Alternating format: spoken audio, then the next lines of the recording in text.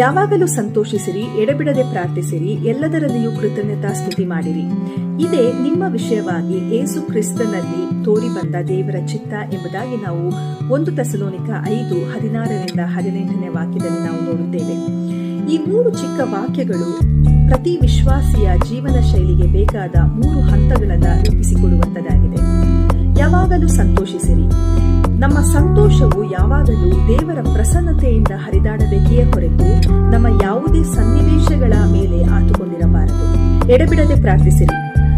ದಿನನಿತ್ಯವೂ ಆತನೊಂದಿಗೆ ನಾವು ಸಂಪರ್ಕದಲ್ಲಿರಬೇಕು ಹಾಗೂ ನಾವು ಮಾಡುವ ಯಾವುದೇ ಕಾರ್ಯಗಳಲ್ಲಿಯೂ ಸಹ ಆತನನ್ನು ಕೇಂದ್ರ ವ್ಯಕ್ತಿಯನ್ನಾಗಿ ಕಂಡು ಆತನ ಮಾರ್ಗದರ್ಶನವನ್ನು ನಾವು ಪಡೆಯಬೇಕು.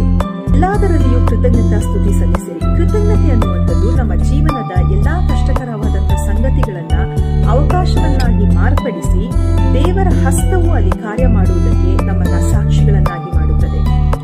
ಸಂತೋಷ, ಪ್ರಾರ್ಥನೆ ಮತ್ತು ಕೃತಜ್ಞತೆ ಅನ್ನುವಂಥದ್ದು ಒಟ್ಟಾಗಿ ಒಬ್ಬ ವಿಶ್ವಾಸಿಗೆ ಇರುವಂತ ಐಚ್ಛಿಕವಾದಂತ ಆಯ್ಕೆಯನ್ನ ಬದಲಾಗಿ ದೇವರು ತನ್ನ ಮಕ್ಕಳಿಗೆ ಇಟ್ಟಿರುವಂತ ಆತನ ಚಿತ್ತವಾಗಿದೆ.